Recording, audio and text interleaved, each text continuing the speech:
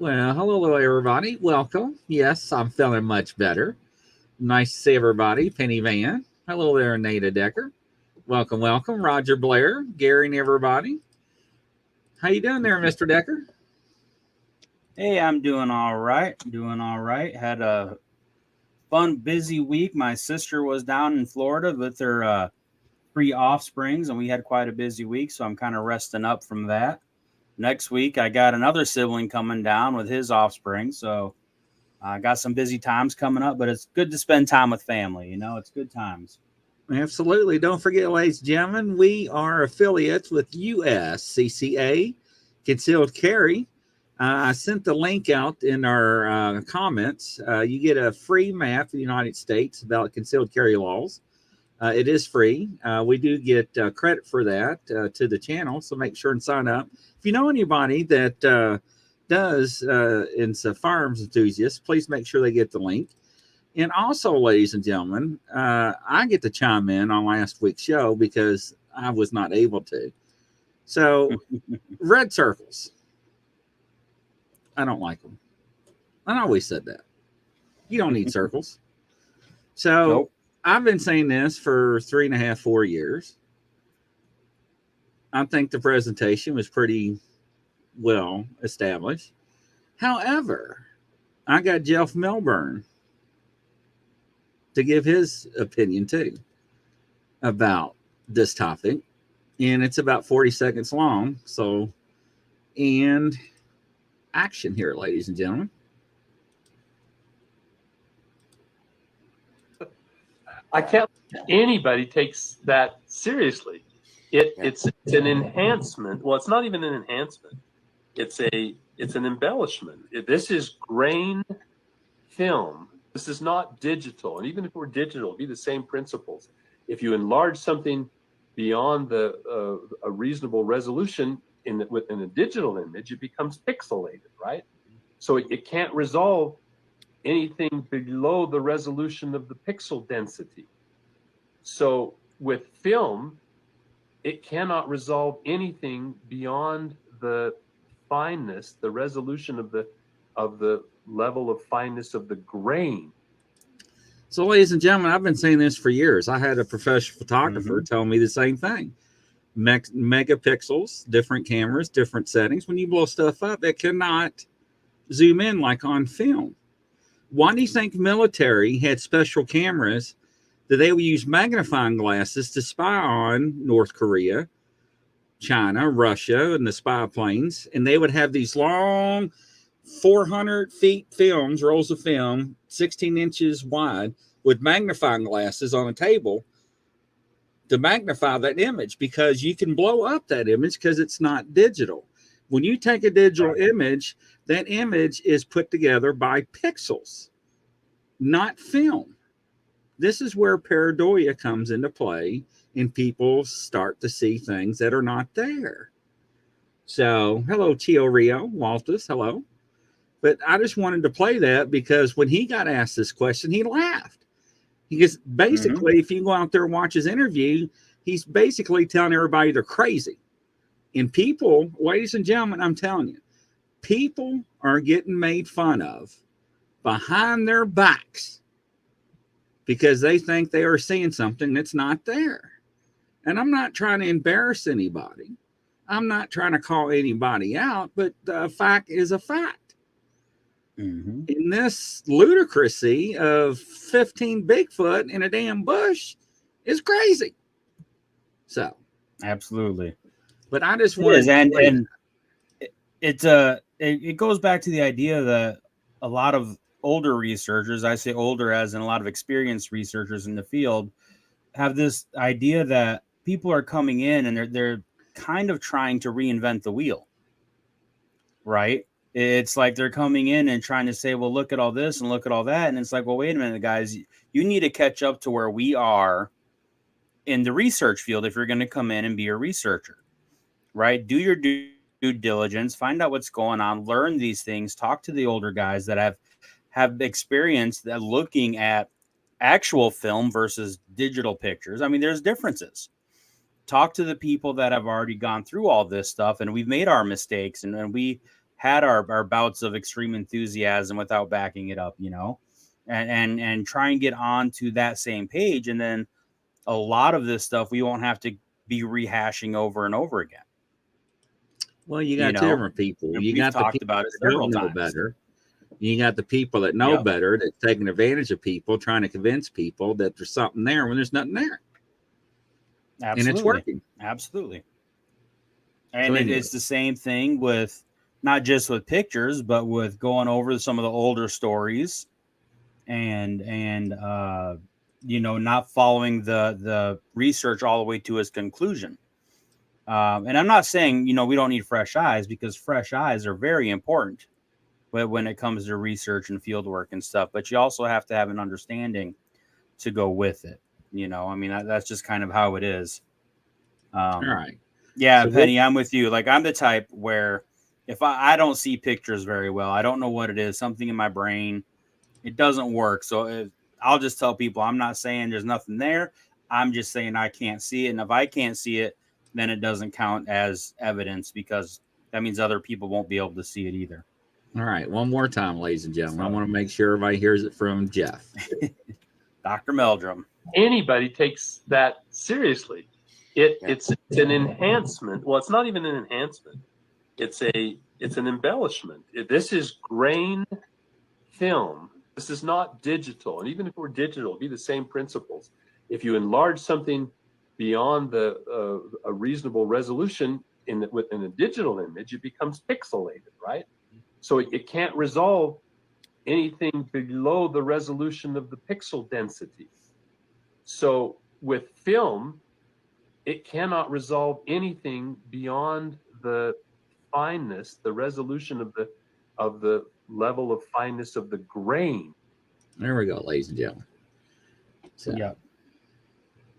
Yep. I've met Dr. Meldrum. He's a great guy. I got to speak to him at the Gatlinburg conference, not last year, but the year before, for a few minutes behind the scenes and help him pack up his stuff. And he was just a really fun guy to talk to. A great guy. But it's also a great segue into what I want to talk about tonight. This one isn't going to be a really fun and exciting and sexy episode. I don't have any good guests or cool stories, but we are going to talk about research. And this is something that's very near and dear to my research. It's the direction that I'm looking at when it comes to my theories based on all this stuff. Because as we know, I'm not just a Bigfoot researcher. I'm a Fortean researcher. I research all kinds of phenomenon. And that's why it's paranormal and cryptid rabbit holes. But the big thing going around is this idea of frequency and vibration and sound waves and ultra low frequency and all this kind of stuff. So where does that fit into this kind of a research, right? Because this is cutting edge, like, thought process. This is next level. And what kind of spurred me on to do it this week, there's been a video going around and I saw it, and then Jennifer sent it to me, or told me about it, of supposedly there was this guy on TikTok who had a tone generator hooked up to his computer and had, like, it looked like one of those Echo Dot speakers on his bed. And he was playing a specific tone, which was 528 megahertz. And according to this video, it showed a portal opening up over his bed and he claimed it was to Sedona. And I did a little research into it, because at first that's what I was going to talk about was this video. But when I did research into it, I found a lot of discrepancies. And I really didn't feel like putting the time and effort into going through what on its surface was looking like a hoax kind of a thing. But it got me back into thinking of frequency and vibrations and what is possible, what isn't possible, and how it applies to this field, right? I don't have the video queued up. I wasn't sure how it would do as far as what I'm allowed to show and what not to show. It was very interesting, but the way he explained it wasn't how things would work. It was just, like I said, there's a lot to it.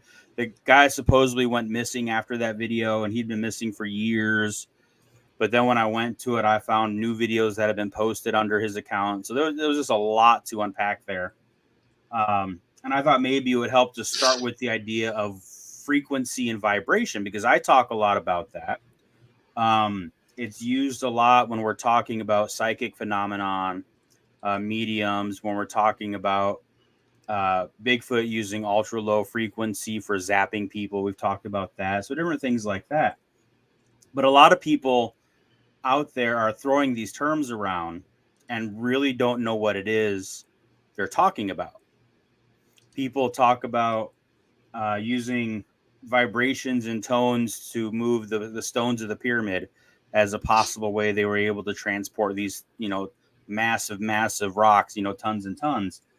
But do we have an understanding of how that is possible or what's going on? So that's kind of what I wanted to talk about tonight. Kind of a frequency vibration 101 kind of a thing. So you can have an understanding what people are talking about. And so we can kind of dismiss certain things that may not be applicable, or we could look at what is going on. And I was really excited during my research. Even today, I was finding new breakthroughs in this understanding and this technology, where even a few years ago, what wasn't possible has now been discovered is possible under the right circumstances. So it was really exciting. Like I said, this idea and really came about like in Ron Moorhead's book, Quantum Bigfoot, quantum mechanics. This is all part of it, and this is what we're talking about. So what is frequency? What is vibration? How is this measured? What can we do with this, right? Because this is hard science. This stuff we can track, we can measure it. There's tools out there, there's instruments, there's science behind it. And I think that's important when we start looking at some of this stuff. Okay. So frequency is basically the rate at which a vibration occurs. And it occurs in two states, either in a mechanical state or an electromagnetic field. Those two things are very important in how we differentiate between the two. Vibration is defined as the periodic motion of a particle in alternately opposite directions from its position of equilibrium. So basically, you have a flat line, and vibration means it's going up and down. It's all the same. That's what vibration is.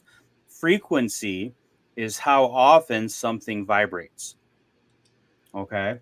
And it's measured in hertz, which is how many times the wavelength passes a single point in 1 second.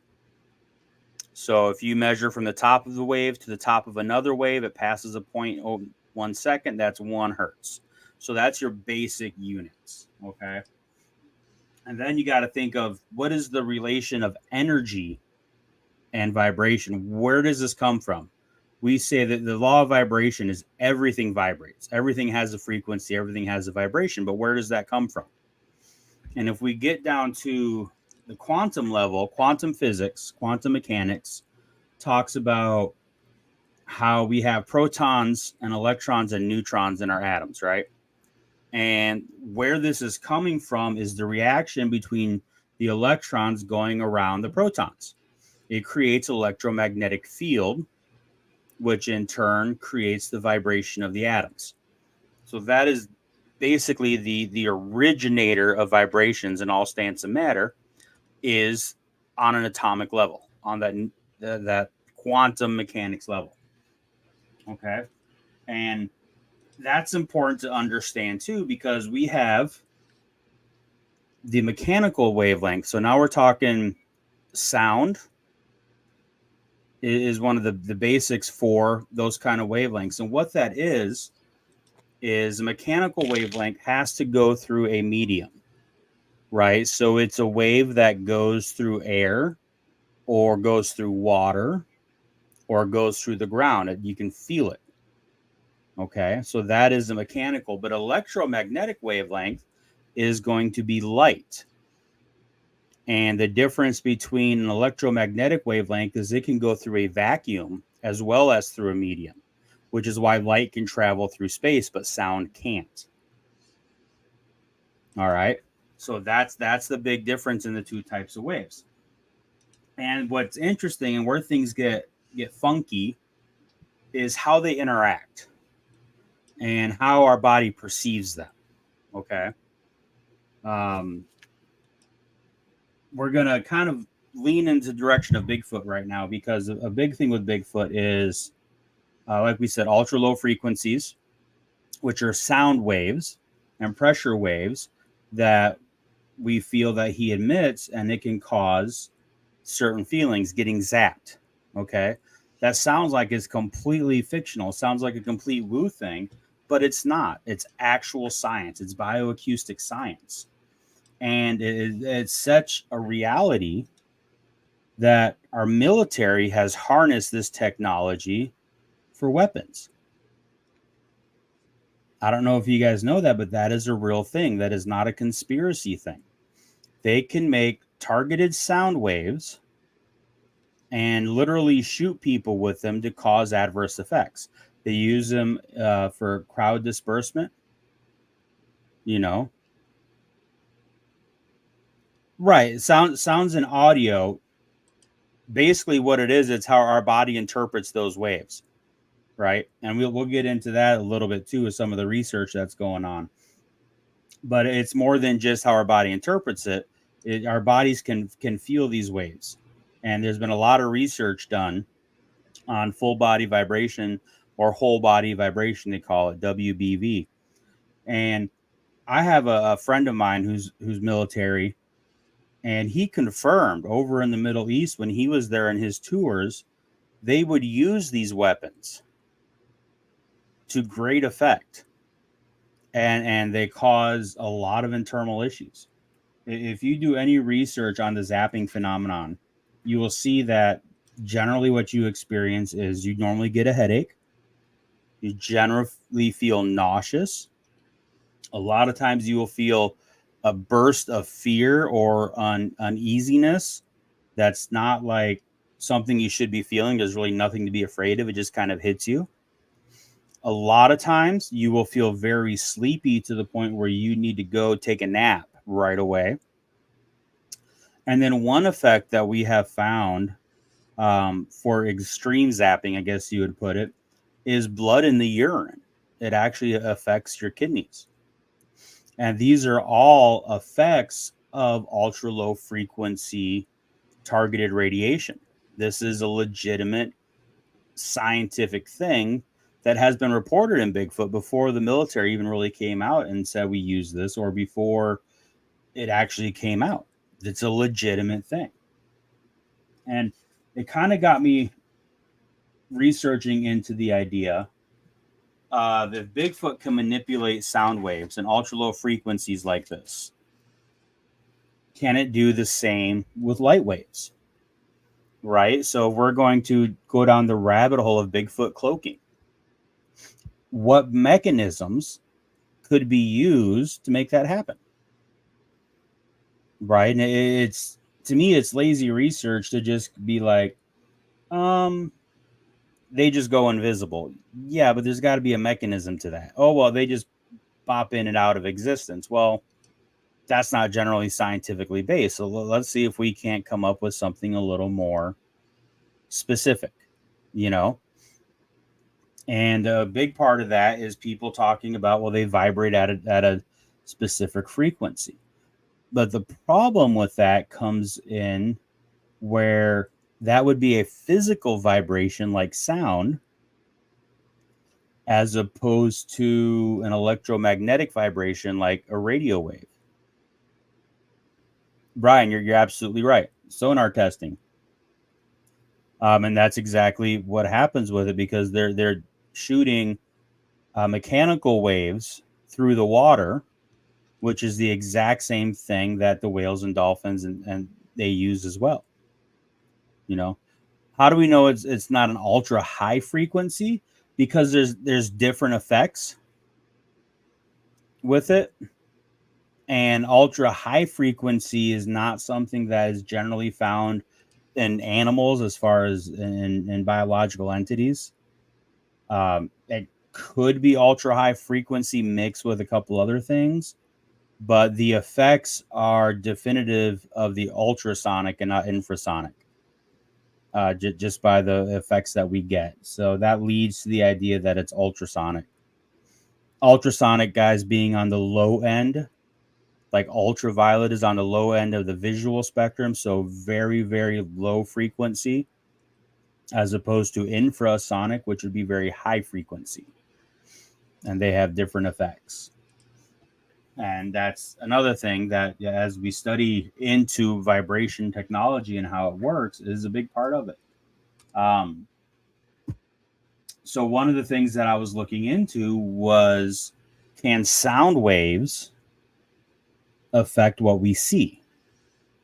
Okay, so maybe this cloaking ability, as our friend Matt Sieber, who was on a while back, talked about, maybe there's something to do with the ULF, the ultra low frequencies it puts out, that makes them cloak. They're still there, we just can't see them. And that was one of those areas where people are going, hey, this isn't possible, because our eyes are attuned to the light frequency, which is the electromagnetic frequency, and you can't really manipulate that way, as we know. But there has been some research done where the sound waves have been able to affect what we see, how we view things. And they even was doing a test. And understand, this research is in its infancy. This is stuff that's literally been done within the past 6 months that it's been published. So it's all like really new stuff. But they have had success in using sound waves to stimulate the optic nerves in rats, meaning they can use sound to provide an actual visual picture to blind rats. So there is evidence out there that using sound waves can affect what we see and how we see. Now that there is a bit of a jump from a Bigfoot cloaking, you know what I mean, to making a blind rat see a light spot, but it proves that it is scientifically possible for sound waves to interfere our visual perception. And there was a couple of things I wanted to show here real quick. The first one is an understanding of how waves work and what the differences are. And I found this first one really interesting. Because one of the areas that got me interested in researching sound waves and the such is this bottom one. So this is how mechanical waves operate through a medium, right? So basically the vibrations go through the water, through the air, through the ground, through the top of the table when you smack it in a vertical motion like this, up and down. And then the bottom one shows electromagnetic fields. So the electrical field is the red, and it works in a vertical plane, but the magnetic field works on a horizontal plane, and then they work together to create the electromagnetic field. What I found interesting about this, when I first started studying vibrations and frequencies and different things that you can do to manipulate them and manipulate the world around you, is I came across the Coral Castle. That's here in Florida.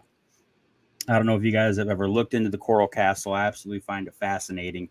In the late 1800s, a Latvian immigrant by the name of Ed came to this country and decided to build himself a castle. Now, it's not really made out of coral. It's limestone, but Coral Castle just sounds cool.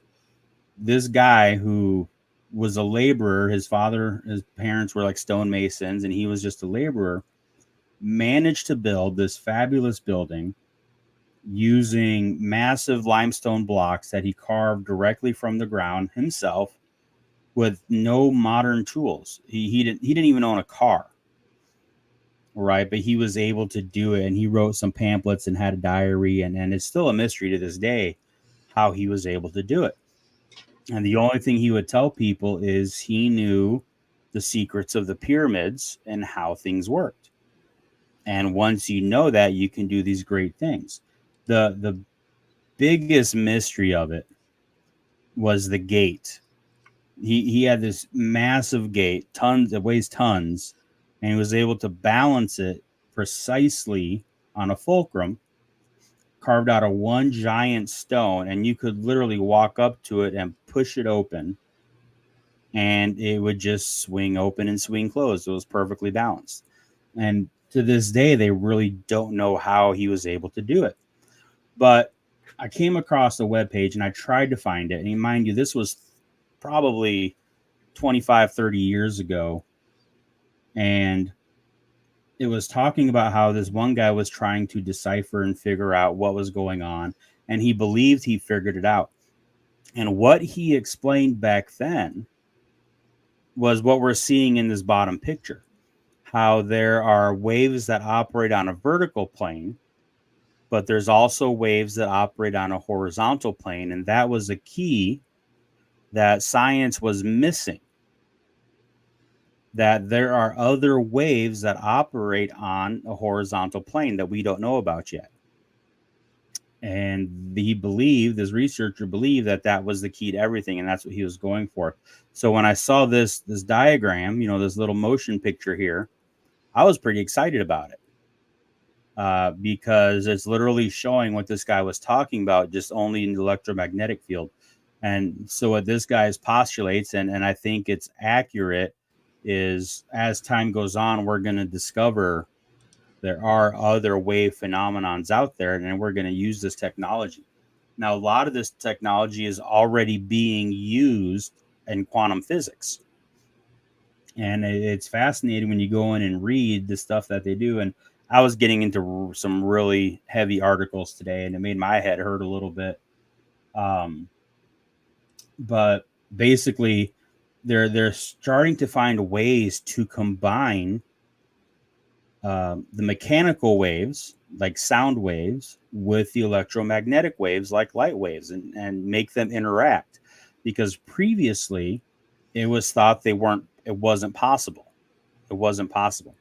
There's a phenomenon out there called wave interference, which is essentially when you have two vibrational waves meeting each other, how do they correspond? How do they interact, right? And again, this was something that I was familiar with from early on when I was in high school. I was in choir class. We did a lot of singing, right? Because it's choir class. But we were taught about this phenomenon where you can play two separate notes and a third note could be heard that was not part of the original notes, but it was based on how the vibrations were interacting with each other. They would create another third note. Okay. And so a lot of scientific experiments are based on shooting vibrations at each other. And how do they interact? And this is where the idea of resonant frequency comes from. And this is where you hear about, like if you go on YouTube and look up green wave sound, brown wave sound, right? They're playing notes at a specific frequency, and it's supposed to resonate with you and can calm you down or give you energy or do all these different things. Cryptid Cowboy says they can cancel each other out at times. That is absolutely true. You can make a dead space where there is no sound by bouncing specific waves at each other. And it's fascinating science. It really is. Like I was really getting into it. So wave interference is a really big thing that they do in research. This is where harmonics come in, right? So harmonics is when you have multiple waves and they're with multiples of each other and whole numbers or integral numbers with each other, all these different things. And what I was really kind of going for was what is happening with the future of this research. And if you get into vibration, it's really interesting because what I found was there is no one specific science that studies all vibration or all frequency. There is like visual, studying the light frequency. There is specific studies where how sound can translate to visual. And a good symbol or a good illustration of that is if you ever seen what they call vibration plates, where they put sand on it and vibrate them and they create all these amazing patterns. That's a way of the transferring. They're working on generators that can produce electricity from sound and all these things.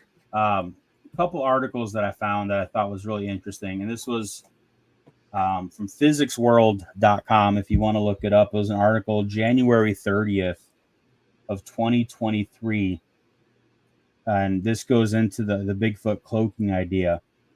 It says scientists have now been able to alter light waves using sound waves. Ordinarily, light transmits the same in both directions, but they've been able to alter how that works, right? So the idea is, if I can see you, you can see me, right? If me and Grizzly are there looking at each other, we can see each other. But they have been able to screw that up using sound waves.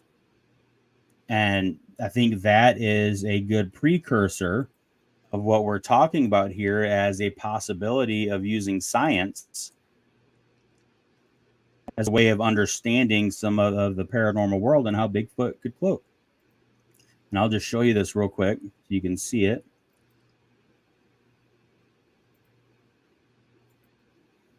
And this is what they're talking about here.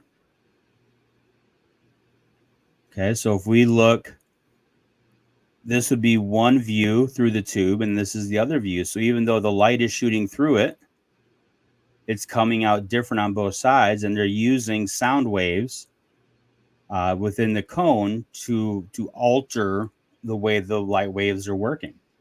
And like I said, this was just released a few months ago.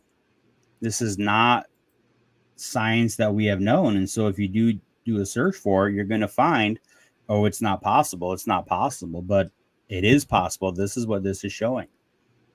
And I think as serious researchers, we need to be looking not just to explain the unexplainable with the unexplainable, which is a definition of how woo and paranormal people kind of work. We need to try and use science to help us understand what's going on. Now, I'm a big believer that science has its limits. I think science is a tool to help us understand the world around us. I don't think it's the end all be all of knowledge. I don't believe that at all. It's just like, I'm not going to use a thermometer to try and figure out how much light is coming into my room, right? Or I'm not going to use a ruler to tell me how hot it is out. It's the wrong tool for the wrong thing. And I think we need to be careful with science, but we can still use science as an understanding of how things are working. That specific journal, the one I showed the graphic to, is that the one you're asking about? Yes, I think so. The graphic was at physicsworld.com. I don't know if it's a specific journal, but I know they published this article. The lady that published the article has a master's degree. Let me pull it up real quick. She has a master's degree in advanced materials and a PhD in magnetism. She has 10 years experience in science writing and editing on condensed matter physics relating to technology, nanotechnology, biotechnology, astronomy, and astrophysics, energy and the environment, biology, and medicine. So the lady that wrote this article is quite degreed herself with an understanding, and you can really get into it. And there's a lot to it, but it's fun. It's really interesting. Then that got me into going, what else is being done on the quantum level? Because like I said, the true understanding is realizing where this energy comes from. And it's kind of interesting because electromagnetic fields produce the vibrations, but the electromagnetic fields also come from the rotation of neutrons and electrons. It is where it all begins on that subatomic level. And I came across some research where they are also producing light and heat using sound waves as a catalyst. And this goes into, again, we don't understand the applications of it all yet, but it's new cutting edge research. And what they're doing essentially is taking a gas bubble and they're hitting it with some hardcore sound waves. And I'll read it to you here how the way it explains. A gas bubble is imploded with high pressure sound waves. At the end of the implosion process and for a short time afterward, conditions of high density and temperature are achieved that lead to light emissions. So what that means is they're able to hit a actual gas bubble. So think of just boiling water on a stove and it produces the bubbles. Okay. When one of these bubbles forms, and I don't know exactly what mediums they're using, so that's just an analog, they'll hit it with these sound waves, and the bursting of the gas bubble with the sound waves is producing temperatures that are only found on the sun. It's that intense. When they talk about intense heat and light, they're talking about extreme heat and light using sound waves, and only sound waves as a catalyst like that. So there is definitely something to this idea of frequency and vibrations. There is no reason that can't be used to explain what's happening in different ways. And this applies to, like we talked about tonight, the Bigfoot phenomenon and different aspects to it. But the same principles that they're finding focused on light and light spectrum can be used for things like ghosts or shadow men or all these other different things that we experience in the 14 world. Let me see. Yeah, absolutely. Paranormal, that's perfect. I'm glad you're on and you can say it. Like, this is a legitimate thing. And they're finding there's so many weird things that happen when you start playing around with different frequencies and how they interact and this and that. They talk about the God frequency. They talk about resonating frequency. Like we all know about the idea of a wine glass shattering when the opera lady sings the right note, right? That is a real phenomenon. That is resonance. And they're also using ultrasonic waves in medicine. If you ever had kidney stones, they can take an ultrasound machine and break up those kidney stones while they're in your kidney. That is a medical procedure. That is a full thing. And to me, like that sounds cool. Like, that's great. They can do that. But what else can be done with that technology? We don't know. And what can be done to manipulate how our body perceives those waves? Right? So maybe Bigfoot doesn't disappear. Maybe he doesn't actually go invisible or cloak. He's still standing right there. He just screwed with your perceptions of him. And as I believe Cryptid Cowboy said earlier, our perception is what matters, right? I used to say this all the time as a restaurant manager: perception is reality, right? Just because you went to the bathroom and washed your hands and you came back out and started cooking right away, that customer that sees you leaves the bathroom and starts cooking doesn't know you washed your hands. So in his reality, you just went from the bathroom to cooking without washing your hands. Right? So that was their perception, and that's what they're going to call and complain about. That's going to keep them ever coming back. Whether that's what really happened or not doesn't matter. That's their perception. That's their reality. So what if there is that thing? What if the ultrasound, whatever frequency they can put out, does cause us, sorry, I was reading the comment there, to not see them. And as I was pondering on that, something that I thought was really interesting, we always talk about art imitating life, or if you're into the conspiracy theory, the idea that they'll put ideas out in movies and shows. and we'll think it's crazy, but it's actually the truth, right? We've all heard those theories. They're putting it right there. There was an X-Files episode talking about a prisoner of war in Vietnam, and he learned the secret of the Viet Cong on how to appear invisible to the people.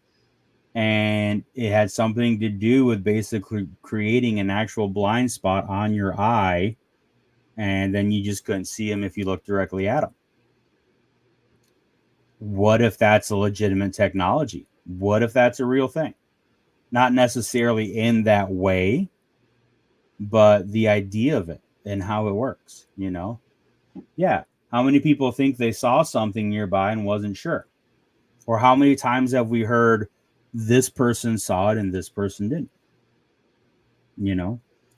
Yeah, Midwest Night Watchers, that is an idea, and that's a mystic idea that comes from, you know, the monks and a lot of people.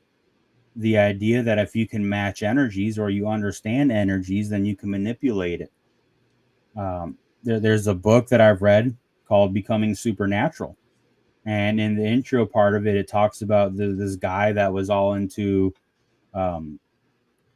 that kind of philosophy and changing his own beliefs and all this kind of stuff, where he was with his students in a cave, and he literally put his hand up to the wall of this cave, the solid rock, and his hand melted into it, and it left a handprint there. And they say if you go today, that handprint is still there. And it's all based on the exact same thing. I personally hold the belief that ancient man worked on this technology. I believe they were very technologically advanced, but I believe that their tech was based on vibrations and frequencies, as opposed to our tech, which is mostly based on electronics and Newtonian science. I think there's a huge difference. They were just as advanced, but they were advanced differently. And I think there is enough evidence in the old structures that was there. We have all these questions. How did they do this? How did they cut, like with lasers? How do they move these massive multi-ton blocks? How did they build the pyramids? Well, there is research going into the pyramids that they are basically giant resonating chambers, and they were used to produce free energy and power to the people. Now, it's controversial science. Absolutely it is. Am I saying that's what it is? I don't know. But there is research that indicates that is a possibility. They use the combination of chemical reactions and acoustics to produce energy. So it's really not that far-fetched. We just have to understand kind of how it works and what is possible, right? One of the things we will talk about is this idea of emotions giving off frequencies. Now, that is something that is not really, hasn't been shown to be scientifically feasible yet. I was trying to figure out how they've done it, what they've done with it, and right now it's all conjecture and theory. But what they have shown is that certain sounds, certain specific frequencies, do affect our brain electromagnetically. So if they plug an EEG up to you and they produce certain sounds for you, your brain will respond in a predictable, specific pattern, and you will feel the emotions along with those, which is where they're tying emotions in with the electrical impulses within our brains. But you can also postulate on the inverse of that. If pushing those frequencies in can cause specific feelings, and the idea would be those specific feelings that you generate would also push a frequency out. The problem is that we don't have anything that would measure whatever kind of energy that is, right? It's not like it's a sound wave. It's not like it's light energy or electromagnetic energy in and of itself. And so I think those tools have yet to be developed that can really lead us into that. Right now, it's pure conjecture. There is no specific instrument or tool or way of measuring Like if you're sad, this is the frequency that it puts out. And I know there's a chart out there, and I was looking at it and it sounds good, but there's literally no actual evidence of exactly how that works. But this is stuff that is coming up in this field of research. And this is where I think it's important, where if we are researching these things, we need to have an understanding of the science that would go behind these things. And not to negate, but to support.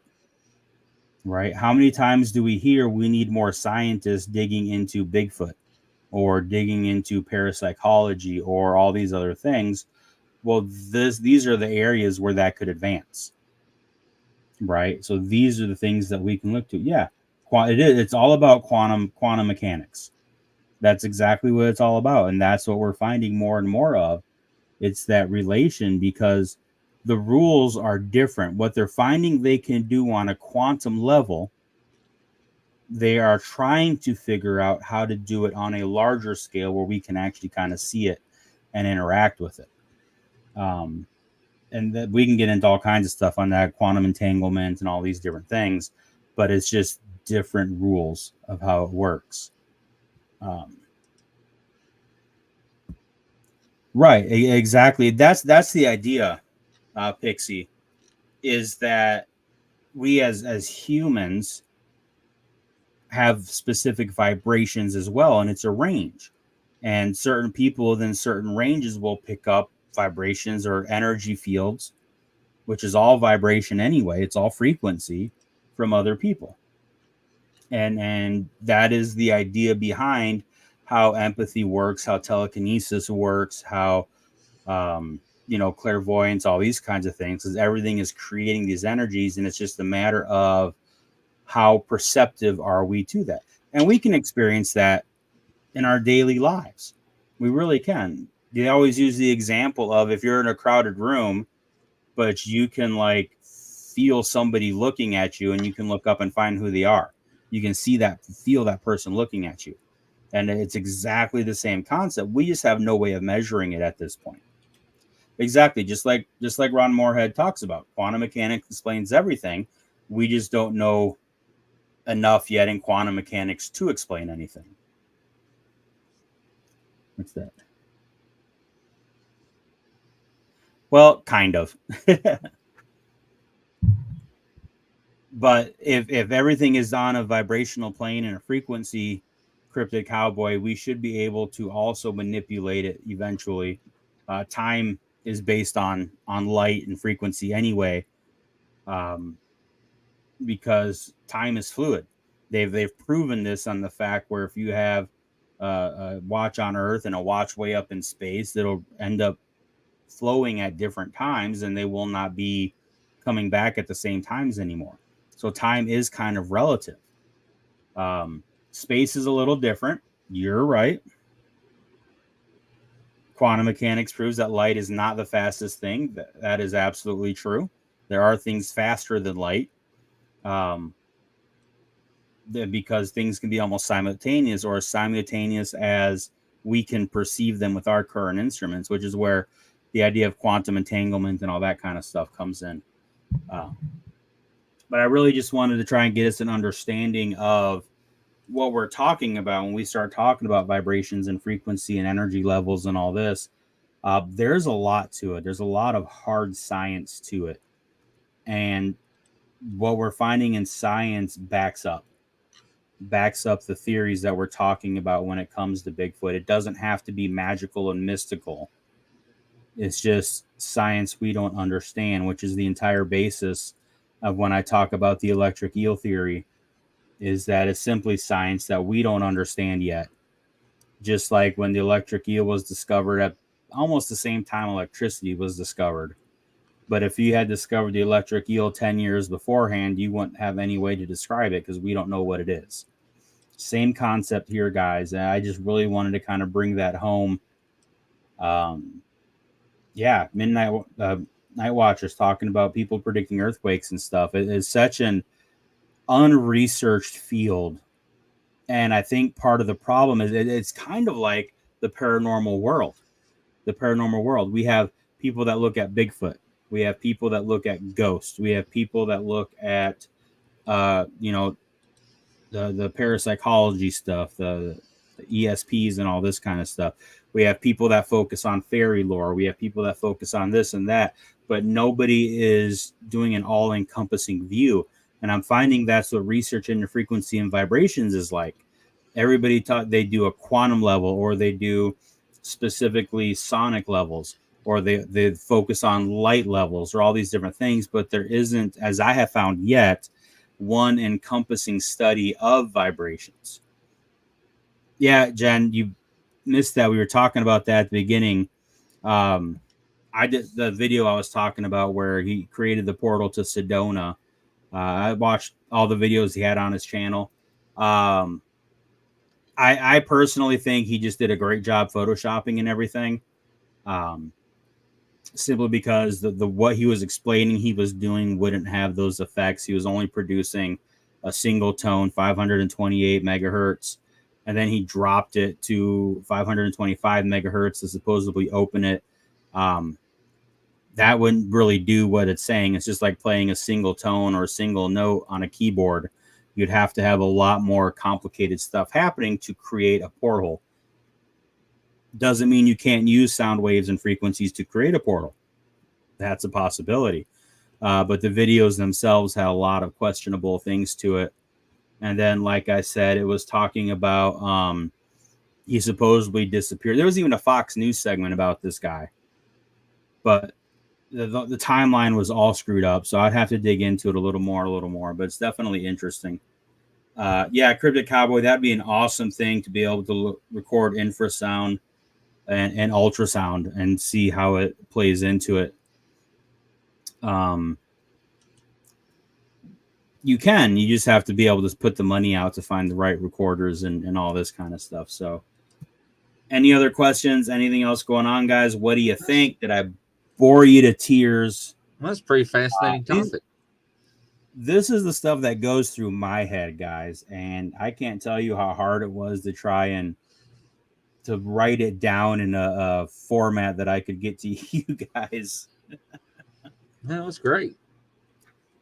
But it's really important. Was. I really think I think it's important to understand the world around us and how, like I said, not everything has to be magical. It can be science. It's as simple as that. We just don't know it all yet. Also, when anybody starts talking to you about how cloaking is mystical or magical, say, actually, no, science proves that there are multiple ways that it could possibly be happening. We just don't know how yet. It's legitimate. Pretty cool. Yeah. Magic is a science. I had a friend of mine that specifically used to say, an old friend, he's not a friend anymore, but all he would say is all magic is simply undiscovered science. Is all it is. All it is. Awesome. Well, thank you, ladies and gentlemen. Thank you, Justin. And from coast to coast, pleasure. around the world, we'll catch you tomorrow on the next show. Good night, everybody.